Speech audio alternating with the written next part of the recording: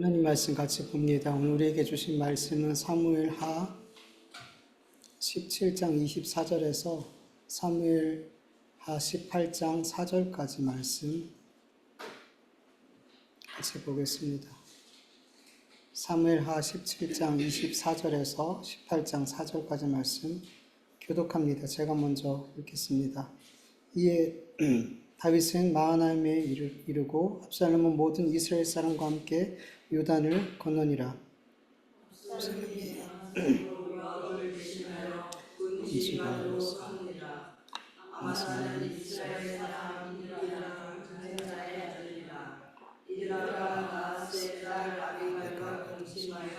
그를 낳았으며 아비갈은 요압의 어머니 스루야의 동생이더라. 이에 이스라엘 무리와 압살롬이 길르앗 땅에 진친이라. 다윗이 마하나임에 이르렀을 때 암몬 족속에게 속한 라바사 사람 나하스 아들 소비와 로데발 사람 암미엘의 아들 마길과 루벤 길르앗 사람 바르실레가 침상과 대야와 질그릇과 밀과 보리와 밀가루와 볶은 곡식과 콩과 팥과 볶은 녹두와 꿀과 포도와 향과 치즈를 가져다가 다윗과 그와 함께한 백성에게 먹게 하였으니 이는 그들의 생각에 백성이 들에서 시장하고 그냥 마르겠다 하더라. 이에 다윗이 그와 함께한 백성을 찾아가서 천부장과 백부장을 그들 위에 세우고 다윗이 그 백성을 내보내세 3분의 1은 요압의 휘하에 3분의 1은 스루야의 아들 요압의 동생 아비새의 휘하에 넘기고 3분의 1은 가드 사람 이때의 휘하에 넘기고 왕이 백성에게 이르되 나도 반드시 너희와 함께 나가리라 하니 백성들이 이르되 왕은 나가지 마소서. 우리가 도망할지라도 그들은 우리에게 마음을 쓰지 아니할 터이요 우리가 절반이나 죽을지라도 우리에게 마음을 쓰지 아니할 터이라. 왕은 우리 만명보다 중하오니 왕은 성읍에 계시다가 우리를 도우심이 좋으시니이다 하니라. 왕이 그들에게 이르되 너희가 좋게 여기는 대로 내게 행하리라 하고 문 곁에 왕의 손에 모든 백성이 100명씩 1000명씩 대를 지어 나가는지라.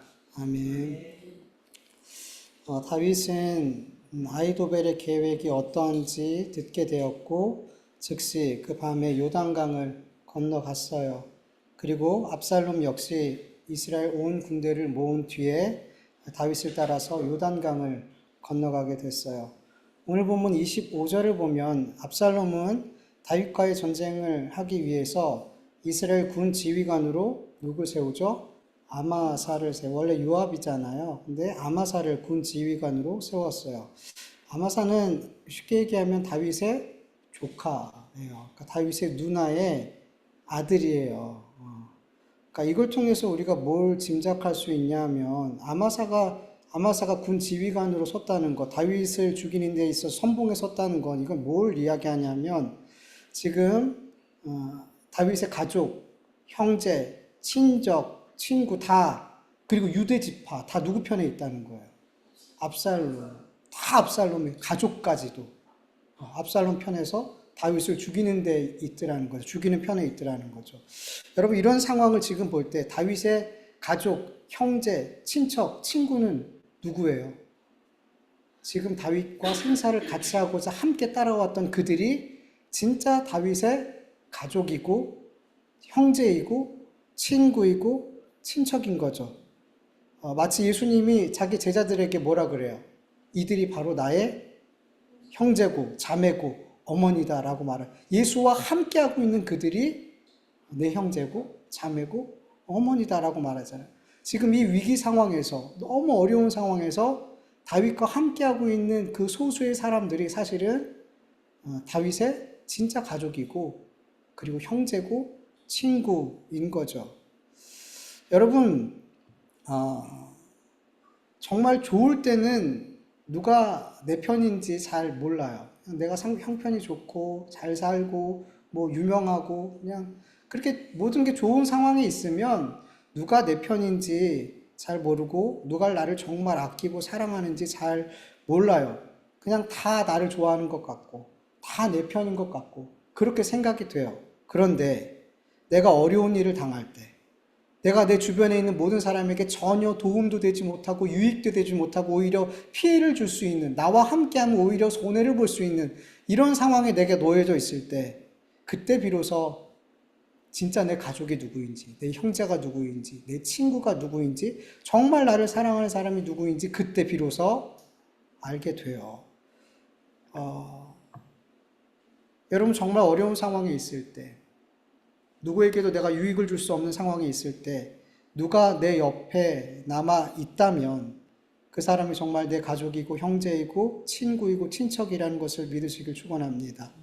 사실 너무 어려운 상황에 있으면 그 어려움에 집중하다 보면 진심으로 나를 위해서 기도해주고 걱정해주고 잠잠히 내 옆을 지켜주는 그 사람이 잘 안 보여요.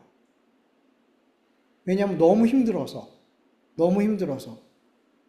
더 나아가서 누가 내 편인지도 잘 분간이 안 돼요. 너무 힘들 때는. 때로는 반대로 생각하기도 해요.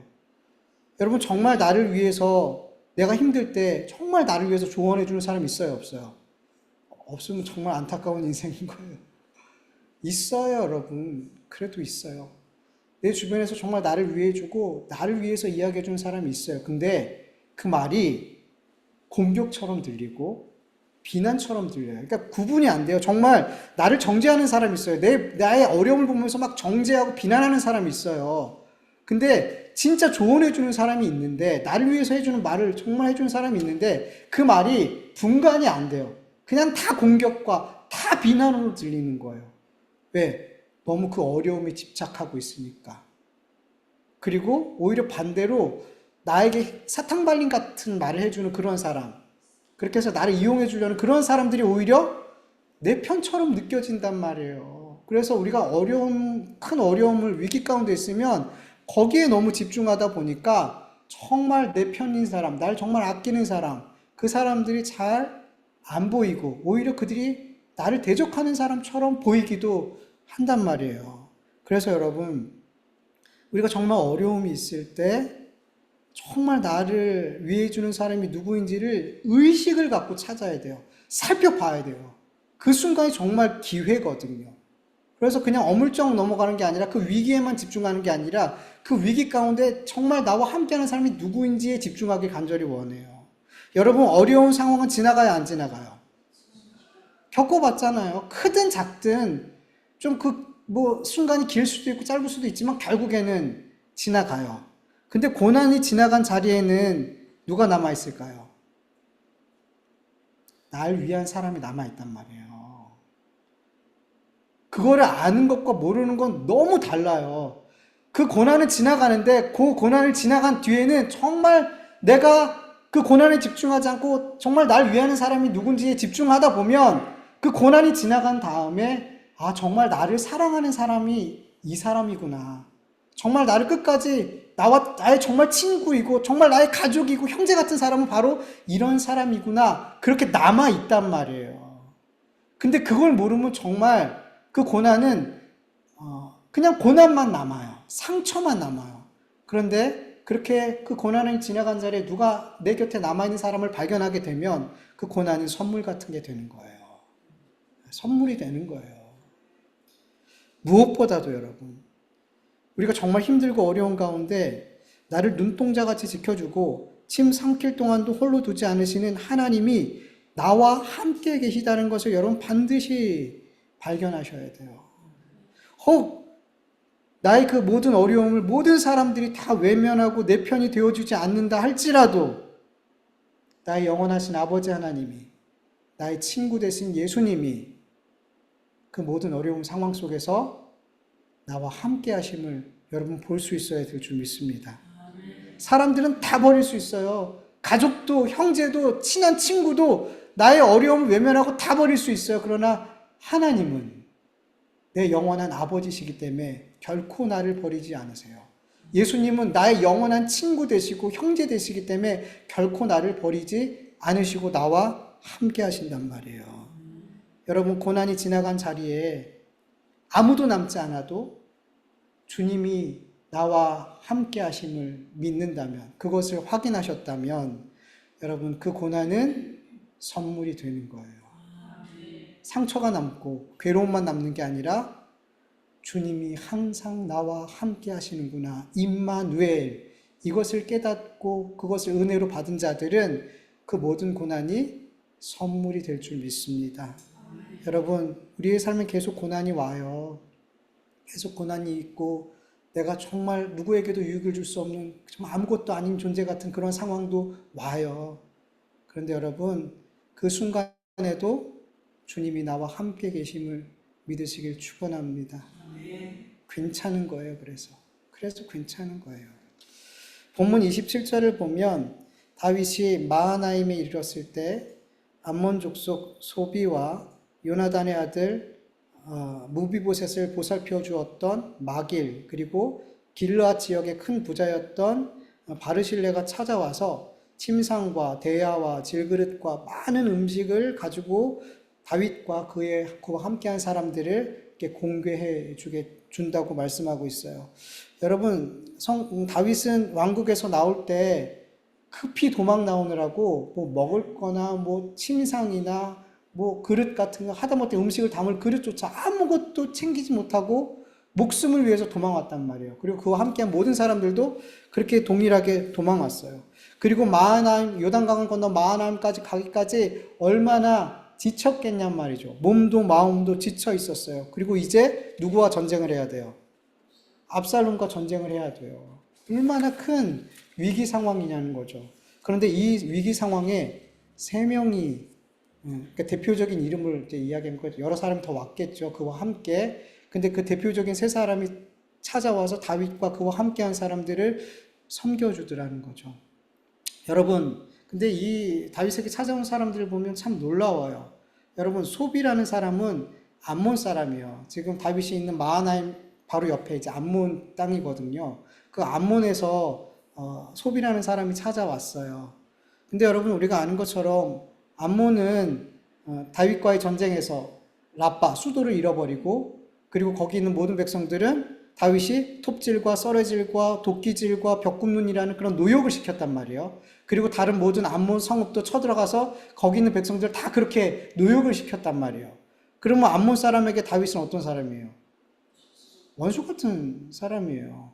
그리고 소비의 아버지가 누구라 그러냐면 나하스라 그래요. 여러분, 나하스가 누구냐면 암몬과 이스라엘이 아주 친하게 잘 지냈을 때 그때 암몬 왕이 나하스였어요. 근데 나하스가 죽고 나서 그 아들이 왕이 되면서 이제 전쟁을 하게 된 거거든요. 그래서 소비는 나하스의 아들이라고 볼 때 왕족일 가능성이 커요. 왕족일 가능성이 크단 말이에요. 근데 그 가문이 다 다윗으로 인해서 망했어요. 그럼 누구보다도 다윗을 원수처럼 생각해야 될 사람이더라는 거죠. 이 소비라는 사람은. 그리고 마길은 요나단의 아들 무비보셋을 보살펴 준 사람이었어요. 그래서 이 마길은 그러니까 사울 왕 가문의 최측근 인물이었어요. 그래서 이미 다 망했지만, 사울 왕가가 망했지만 그 핏줄을 보살펴 줬더라는 거죠. 이 마길이라는 사람은. 그런데 그 마길이 찾아와서 다윗을 돕더라는 거죠. 그리고 길르앗 사람은 성경에 이전에 나오지 않아요. 어떤 사람인지는 나오지 않고 처음 나와요. 그냥 부자였다. 그리고 다윗을 도왔다. 이렇게 나오고 있는데, 최소한 이 암몬 사람 소비와 베냐민 사람 마길은 다윗을 도우러 나온다는 것 자체가 이해하기가 어려운 사람들이에요. 다윗을 도울 수 있는 사람들이 아니에요. 오히려 원수를 여기고 대적하는 건 이해가 되는데, 그 위기 가운데 이렇게 자기를 헌신하고 자기의 것을 내어놓으며 다윗을 돕는다, 이해가 되지 않아요. 그런데 이 사람들이 지극정성으로 자기의 것을 다 내어놓고 다윗과 그와 함께한 사람들을 섬겨줬어요. 그것도 순수한 마음으로, 뭔가 대가를 기대하는 것도 아니에요. 순수한 마음으로 그들을 섬겨줬단 말이에요. 여러분, 다윗을 도우러 온 이 세 사람 말고 그 앞서 다윗을 공개했던 사람이 있어요. 누굴까요? 시바. 무비보셋을, 요나단의 아들 무비보셋, 이 무비보셋에게 사울의 시종이었던 시바를 그리고 그의 아들들과 종을 다 무비보셋의 종이 되게 했잖아요. 그리고 무비보셋을 섬기게 했잖아요. 근데 이 시바가 두 다리를 저는 무비보셋 얘를 속이고 나귀에다가 음식들을 잔뜩 싣고 다윗에게 와서 음식을 제공했단 말이에요. 무비보셋은 다윗과 함께 가려고 그랬는데 무비보셋 속이고 나귀 두 마리에다가 음식을 싣고 다윗을 섬겼어요. 그러면서 되게 생색을 내요.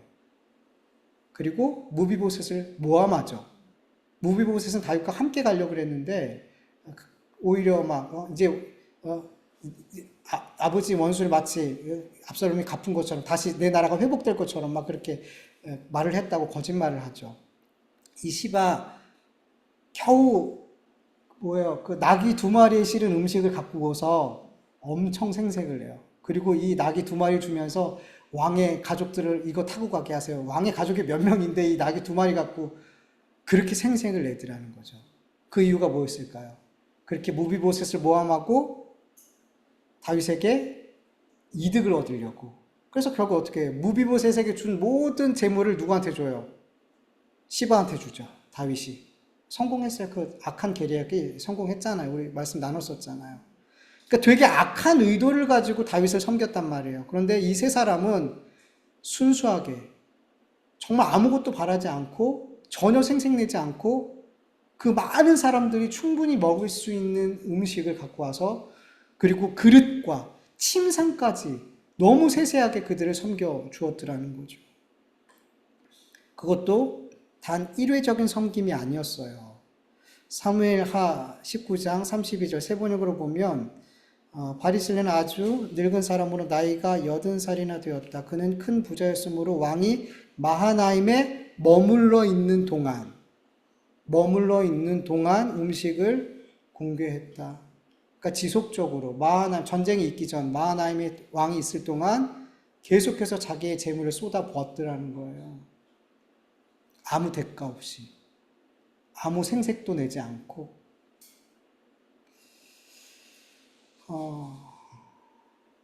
이렇게 다윗과 그와 함께한 사람들이 힘들고 배고프고 몸과 마음이 지쳐있고 또 사활을 건 전쟁을 앞두고 있는 이 위기의 순간에 생각지도 못했던 사람들이 찾아와서 다윗을 순수한 마음으로 도왔어요. 왜 도우러 왔을까요? 성경을 보면 그 이유가 나오는데 그 백성들이 다윗과 백성들이 들에서 시장하고 고나고 목마르겠다라는 생각이 그들에게 들었어요. 이 세 사람에게 지금 다윗과 들에 있는 함께 있는 사람들이 지금 너무 힘들 텐데 너무 목마르고 배고플 텐데 이런 생각이 들었대요. 그래서 그렇게 그들을 공개했대요. 여러분 그 생각을 누가 줬을까요? 하나님이 주셨어요. 다윗을 불쌍히 여기고 돕고 섬기려는 마음을 하나님이 주셨고 여러분 생각이 든다고 해서 우리가 움직여져요? 안 움직여져요? 우리 생각만 하고 끝날 때 많죠. 근데 그걸 실행에 옮길 수 있는 힘도 주시더라는 거죠. 누가? 하나님께서.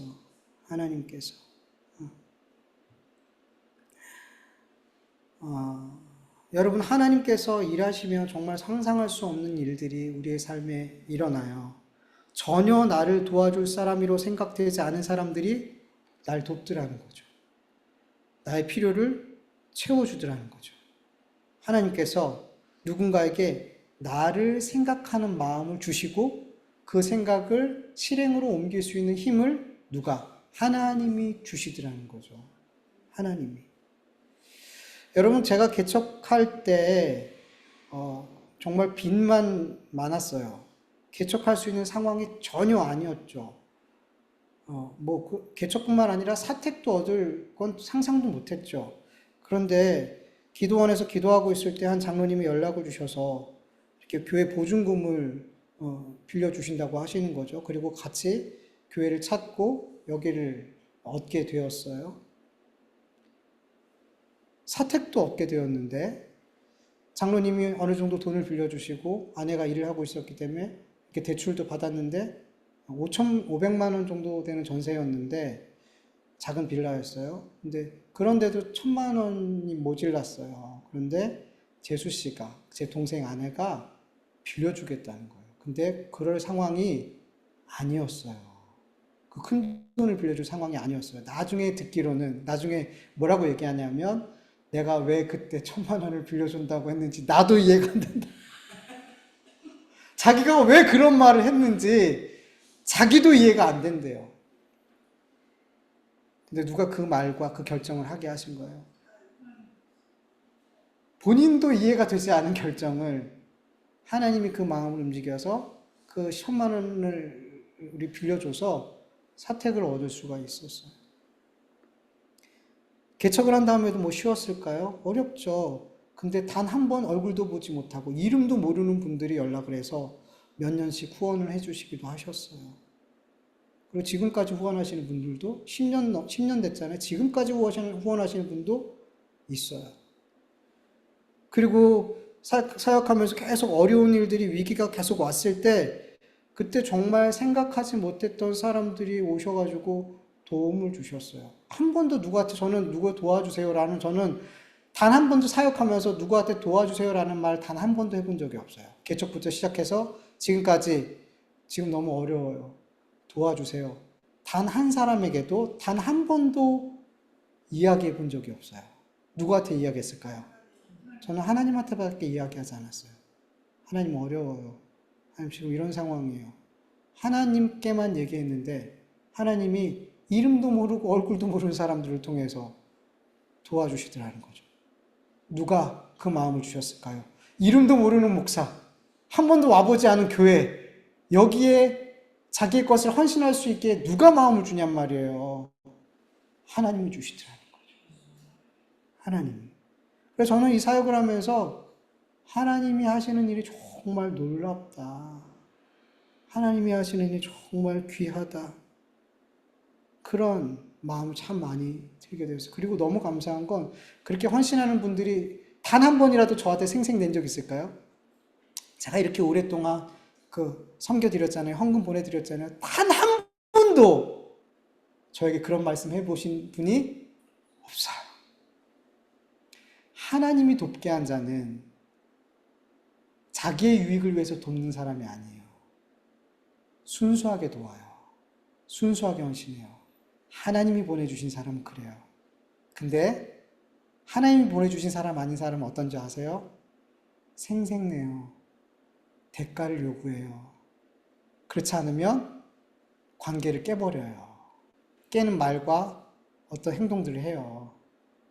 그래서 하나님이 보내주신 그 사람들은 부작용이 없어요. 너무 그냥 감사한 사람들인 거예요.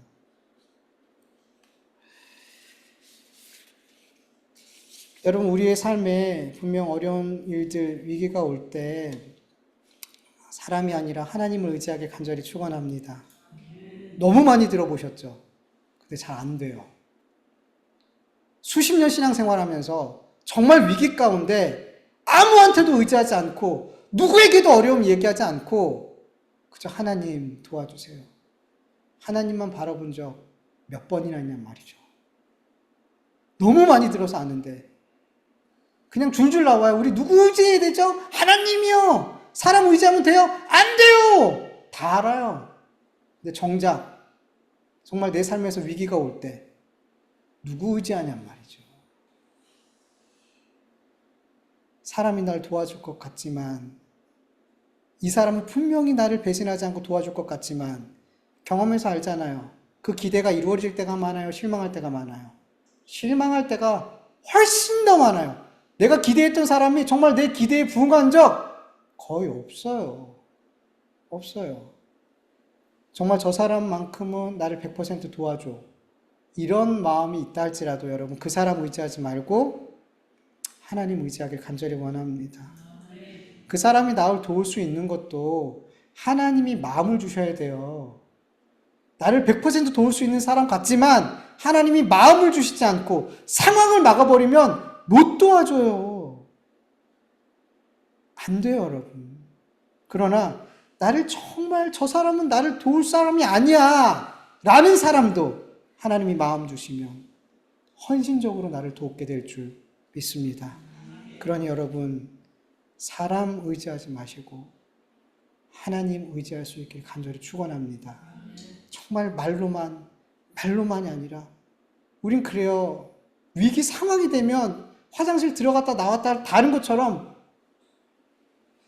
화장실 갔다 온 사람처럼 그 상황만 되면 하나님 안 의지해요. 아멘하고 순종하길 원합니다. 네. 그렇게 예상치 못한 이들의 도움으로 몸과 마음이 지친 다윗과 그의 부하들은 새 힘을 얻게 되었고, 다윗은 정신을 차리고 요압과 아비새와 이떼 세 명의 지휘관을 세워서 군대를 세 대로 나눠서 전쟁을 잘 준비하게 되었어요. 여러분, 하나님께서 압살롬과 장로들이 아히도벨이 아닌 후세의 계략을 선택하게 하심으로 다윗이 요단강을 무사히 건너고 전열까지 잘 갖추게 되었어요. 이 상황을 지금 누가 만들어 주신 거예요? 하나님께서 더 좋은 아히도벨의 계획을 물리치시고 나쁜 후세의 계획을 좋게 그들이 받아들이게 하셨더라는 거죠. 그래서 다윗은 이렇게 전쟁을 벌일 수 있는 시간을, 전쟁을 준비할 수 있는 시간을 얻게 되었고, 더군다나 하나님께서 누굴 보내주셨어요? 그들을 공개할 수 있는 3명의 사람들을 보내주셔서 그들이 음식을 먹고 힘을 내서 싸울 수 있는 준비를 다 하시게 하셨더라는 거예요. 하나님께서. 여러분, 분명 지금은 다윗이 지금 어떤 상황이 있어요? 하나님 앞에 징계받고 있는 상황이죠. 하나님 앞에 지금 징계받고 있는 상황이란 말이에요. 압살롬에게 쫓겨가지고 이렇게 도망 나가고 있는, 하나님 앞에 지금 징계받고 있는 상황인데, 그 상황을 하나하나 보니까 하나님이 이 징계는 다윗을 죽이고 망하게 하려는 징계인가요? 아니더라는 거죠. 겉모습은 지금 압살롬에게 쫓겨서 죽을 위기에 있는 것 같아요. 지금 하나님이 그를 죽이려는 것 같은 그런 징계를 하고 있는 것 같은데, 그 가운데 이렇게 살펴보니까 하나님이 그 진노와 가운데, 그 징계를 베푸는 가운데서도 하나님이 다윗에게 은혜와 긍휼을 베풀고 계시더라는 거죠. 여러분, 하나님은 하나님의 백성들에게 화내시고 노를 바라시고 징계하실 수 있지만 그 노를 영원히 품지 않으시고 진노 가운데서도 은혜와 긍휼을 베푸시는 하나님이신 줄 믿으시길 축원합니다. 이사야 54장 7절 8절 세 번역을 보면 내가 잠시 너를 버렸으나 큰 긍휼로 너를 다시 불러드리겠다. 분노가 북받쳐서 나의 얼굴을 너에게 잠시 가렸으나 나의 영원한 사랑으로 너에게 긍휼을 베풀겠다. 너의 속량자인 나 주의 말이다. 아멘. 여러분, 하나님의 택한 자녀들이 하나님께 범죄할 때 그 죄로 말미암아 하나님께서 분노하시고 징계하셔요.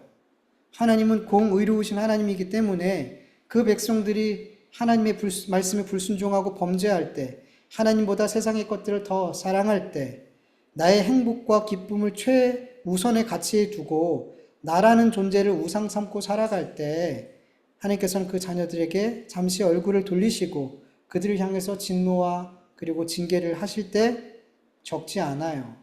그러나 우리 향한 하나님의 사랑이 영원해요. 여러분, 하나님의 분노는 자녀들에게 영원하지 않아요. 그 징계도 영원하지 않아요. 뭐가 영원하다 그래요? 사랑이 영원해요. 그게 중요해요. 하나님을 믿지 않는 자들에게는 뭐가 영원할까요? 하나님의 진노가 이 땅에서부터 머물러 있고 이 세상의 삶이 끝난 이후에도 하나님의 진노가 영원히 머물러 있어요. 그러나 하나님의 택한 백성들에게는 진노는 오래 머물지 않고 하나님의 사랑만은 영원히 머물러 있다라고 성경은 말씀하고 있어요. 그 사랑이 머물러 있기 때문에 징계 가운데서도 뭐가 임하는 거예요? 사랑이, 은혜가, 자비가, 긍휼이 우리에게, 다윗에게 임하더라는 거죠. 예. 여러분, 하나님의 징계의 목적은 망하게 하고 죽이는 게 목적이 아니에요. 하나님께서는 그 진노와 징계를 통해서 하나님의 백성들이 하나님 앞에 더 거룩하게 되어지고 더 좋은 영적인 열매를 맺게 하려는 목적을 가지고 징계하시는 것을 믿으시길 축원합니다. 히브리서 12장 10절에서 11절 보면 그들은 육신의 부모를 말해요. 그들은 잠시 자기 뜻대로 우리를 징계하였거니와 오직 하나님은 우리의 유익을 위하여 그의 거룩하심에 참여하게 하시느니라. 무릇 징계가 당시에는 즐거워 보이지 않고 슬퍼 보이나 후에 그로 말미암아 연단을 받은 자들은 의와 평강의 열매를 맺느니라. 아멘. 하나님께서 그 자녀들을 징계하시는 정확한 이유가 나와 있죠. 하나님의 거룩하심. 하나님 말씀하잖아요. 내가 거룩하니 너희도 거룩해라. 근데 우리가 거룩에서 벗어난 삶을 살면 우리로 다시금 거룩의 삶으로 살아갈 수 있도록 뭘 하시는 거예요? 징계하시는 거죠. 그리고 그 징계를 통해서 우리는 어떤 열매를 맺어요? 의와 평강의 열매. 여러분, 의가 뭐라 그랬어요? 하나님과의 관계가 올바른 것. 거기서 뭐가 나와요? 평강이 나온단 말이에요. 그래서 그 징계를 통해서 의와 평강의 열매, 하나님과의 관계가 올바라지는 그런 은혜가 임하게 된다는 거예요. 그래서 징계가 필요해요, 안 필요해요? 필요한 거예요. 하나님의 자녀들에게 징계가 없으면 우리가 수요일 날도 같이 말씀을 나누는데 뭐라 그래요? 사생자다. 압이 없는 자다. 하나님 우리 아버지가 아니다. 그래서 징계 없으면 안 되는 거예요. 징계는 반드시 그 자녀들에게 임해요. 그럴 때 하나님께서 징계받을 때 뭐라 그러냐면 너희가 낙심하지 마라. 낙심하지 마라. 징계를 받는 건 내가 너를 사랑하기 때문이야. 히브리서 12장 5장 6절 5절 6절 세 번역으로 보면 내 아들아 주의 징계를 가볍게 여기지 말고 그의 꾸지람을 들을 때 낙심하지 말아라. 주님께서 사랑하는 사람을 징계하시고 받아들이는 아들마다 채찍질 하시느니라. 아멘. 아멘. 징계를 받을 때 낙심하는 마음 들잖아요. 사실 힘드니까 고통스러우니까 때로는 하나님 앞에 원망이 되고 내 죄로 말미암아 매를 맞아도 힘드니까 원망하게 돼요. 그때 이 말씀들을 기억하면서 낙심하고 원망하지 말고 내가 하나님께 받아들여지는 하나님께 사랑받는 자녀이구나 라고 받아들이시고 믿고 그 징계 가운데 뭐 하면 돼요? 하나님 감사합니다. 저를 주의 자녀로 삼아주시고 저를 하나님과의 관계가 깨졌을 때 빨리 하나님과의 관계를 올바르게 만들기 위해서 이렇게 징계하심이 너무나 감사합니다. 그러면 여러분 그렇게 감사하는 아들, 딸들에게 하나님이 더 오래, 더 힘들게 하실까요? 저는 그렇게 생각하지 않아요. 육신의 부모도 자녀가 자기가 얼마나 잘못했는지 안다면, 그리고 더 나아가서 엄마, 아빠가 나를 위해서 이렇게 책망하시고 채찍을, 매를 드시는 그걸 안다면 더 못 때려요, 이뻐서.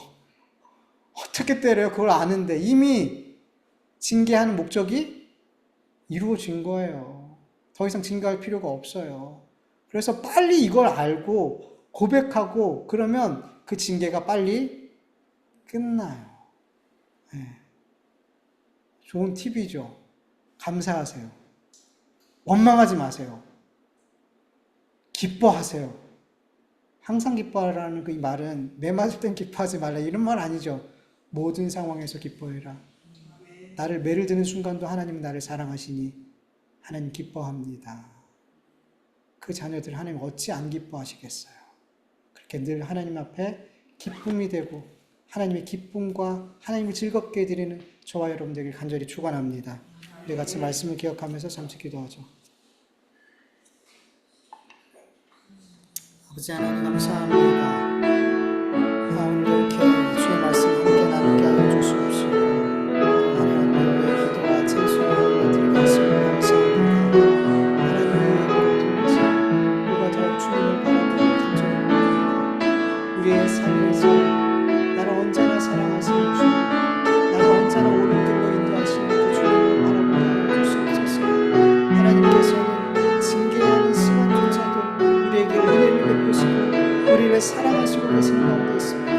하나님 우리를 종종 하나님 나를 사랑하시지 않는 것처럼 생각할 때가 있고 하나님이 원망이 될 때가 있고 막 하나님 앞에 때로는 분노의 차원이 되고 있습니다. 하나님의 분노의 말을 할 때도 있습니다. 그러나 하나님이 나를 사랑하시사 나를 자녀로 받아들이시기 때문에 책망하신다는 것을 믿게 하여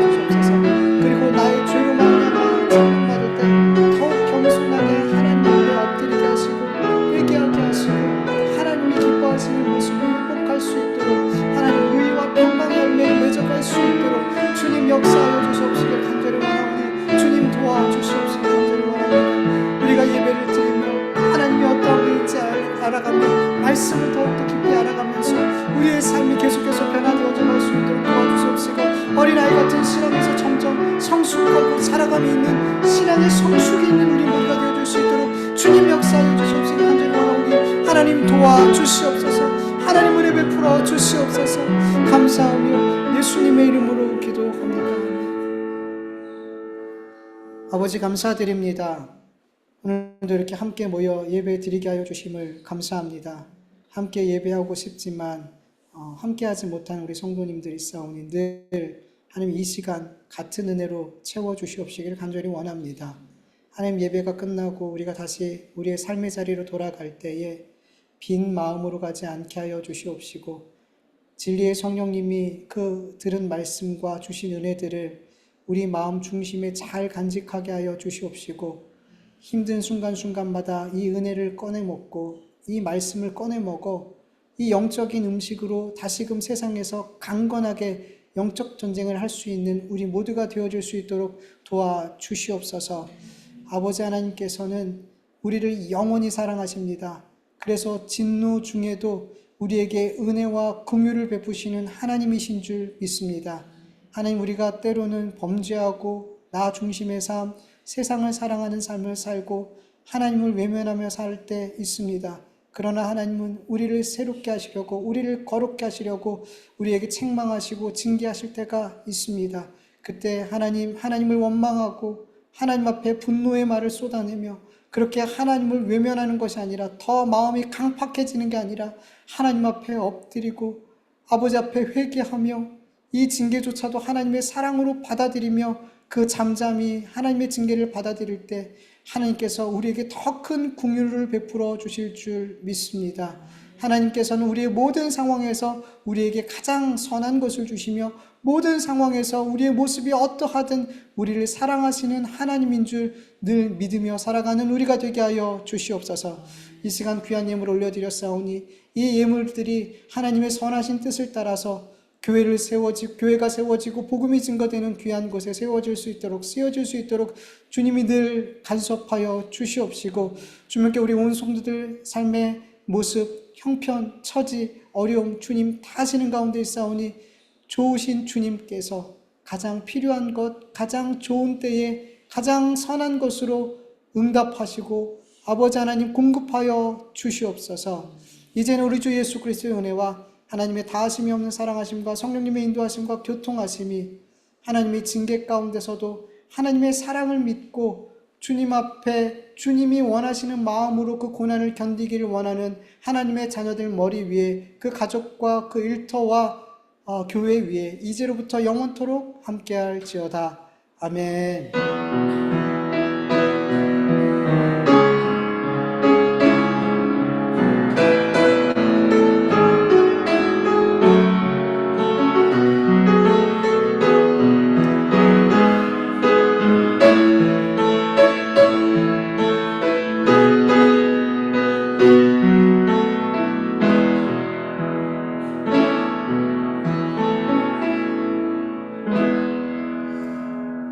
예배를 받으신 하나님께 감사와 영광의 박수 올려드립니다. 하나님 감사합니다. 우리 예배를 받으시고 은혜 베풀어 주시고 쓰임 주심을 주님 감사합니다. 감사합니다. 예배 마쳤습니다. 우리 다음 주는 이채정 집사님